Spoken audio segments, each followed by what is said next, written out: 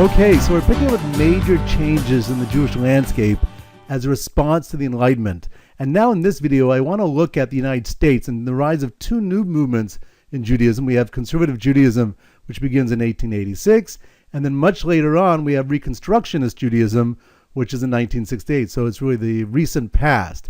But to understand the development of these two movements, we first have to go back and let's review specifically what was going on in Germany with the development of Reform Judaism, which we discussed in the last video, but I want to just clarify some of the beliefs because, as we'll see with conservative Judaism, it's really a response and a reaction to how far the Jews want to reform Judaism that they ended up wanting to conserve traditional Judaism. So the grandfather of the Reform movement was a man named Moses Mendelssohn. He was the one who introduced the idea that religion should be rational, meaning if there was a conflict, if there's something in the Torah that didn't make sense to us, it was irrational, then what made sense to us should take precedence. It's more valid. Now, he never publicly rejected the Torah or the oral tradition, but something that indicates a flaw is that 4 out of his 6 children converted to Christianity. The second major figure in the Reform movement was a rabbi named Avraham Geiger, and he was much more outspoken. He said at the first rabbinical conference, "The Talmud must go, the Bible, that collection of mostly so beautiful and exalted human books as a divine work must also go." So you can imagine there was a very strong movement to break free from Jewish tradition, and when the Reformed Jews come to the United States, they're going to take certain progressive measures which are going to create a very strong reaction to that and uncomfortability amongst Jews who also want to see Judaism change, but not that much. It's important to keep in mind that at this point in the United States, there are only 2 denominations of Jews. You have the Reformed Jews that hail primarily from Germany, and then you have the traditional Jews who became known as the Orthodox. Orthodox was a label the Reformed Jews gave them to imply that they were backward and out of date. Now, within the Reformed camp, there was a wide range. There were those who were very progressive, that wanted to see even greater change at a quicker pace, and then there were the more traditional Jews. So what the progressive element did was they did 2 provocative things to smoke out the more traditional element. The first is an event known as the Terrific Banquet. It happened in 1883 at the banquet celebrating the first graduating class of Reform rabbis in the United States. And at that banquet, they broke every single, or almost every single, dietary prohibition. They ate crabs, they served shrimp salad, frog's legs, and then they had dairy desserts after a meat meal. So that was very provocative. And at that banquet, many Jews just stormed out. Then there was the Pittsburgh Platform of 1885, where the Reform movement laid down the central elements of its doctrine.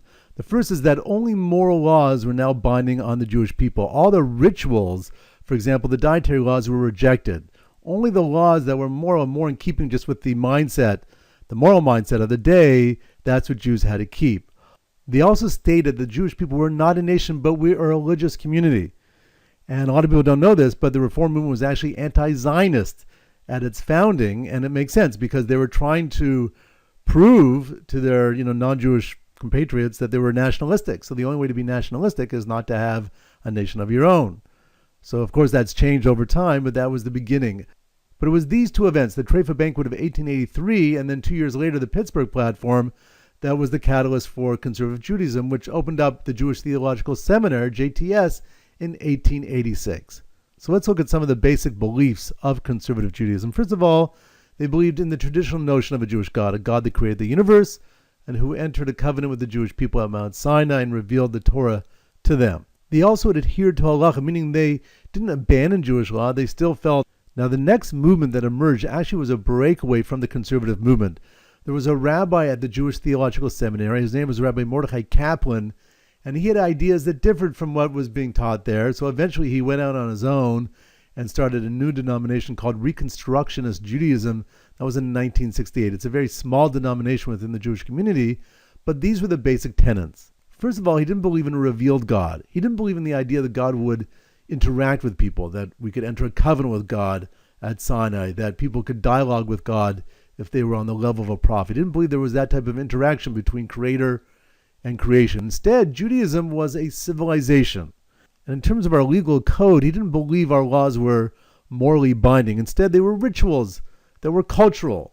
And as a result, one should follow them. You should do the commandments because you're a Jew and part of the civilization, this culture, and therefore it's a good thing to be culturally in tune with your civilization. That's if you didn't have a specific reason not to do it. But he didn't see any moral obligation to keep our laws. So these are the three different movements that came about as a result of the Enlightenment, when the doors to non-Jewish society were opened and nationalism was the new binding force. Jews wanted to participate and show they could be loyal citizens. So the Reform movement dropped all the nationalist notions of being a Jew and made Judaism a religion, and they completely absolved the Jew from having to observe the legal code, which led to reaction on behalf of conservative Jews who want to maintain a stronger connection to tradition, commitment to halacha, which could be somewhat adaptive to the times, which is very different from Reconstructionist Judaism.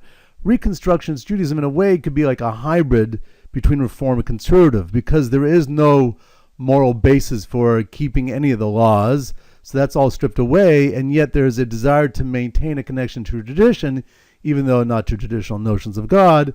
But you should do things because this is our civilization. These rituals are cultural, and therefore you should do them to maintain this connection, even though there's no inherent meaning or absolute value to doing it. Okay, so let's do a little review. So we start with the two movements within the United States. We have Conservative Judaism and Reconstructionist Judaism. But we start by going back to Germany with Reform Judaism, just to contrast that movement with the subsequent two movements. We have Moses Mendelssohn. He believes religion should be rational. Anything that can't be understood by us does not have to be followed. He never publicly rejected the Torah or the oral tradition, but his family did not stay committed. They converted out. And then we have the second generation leader, Avraham Geiger, who said very boldly, the Talmud must go and the Bible as a divine work also has to go. So then we have the two provocative incidents. We have the Terrific Banquet, when they broke a number of dietary prohibitions. And then we have the Pittsburgh Platform that said only the moral laws are binding, all rituals are rejected. And the Jewish people are not a nation, but we're just a religious community, and our nation is the country that we're living in. Which leads us to the conservative movement. We have the belief in a traditional God, a commitment to keeping halacha, but it's within this framework of positive historical that is somewhat adaptive to the times. And Reconstructionist Judaism followed. And then we have Reconstructionist Judaism developed by Mordechai. And then we have Reconstructionist Judaism developed by Rabbi Mordechai Kaplan, who didn't believe in a revealed God.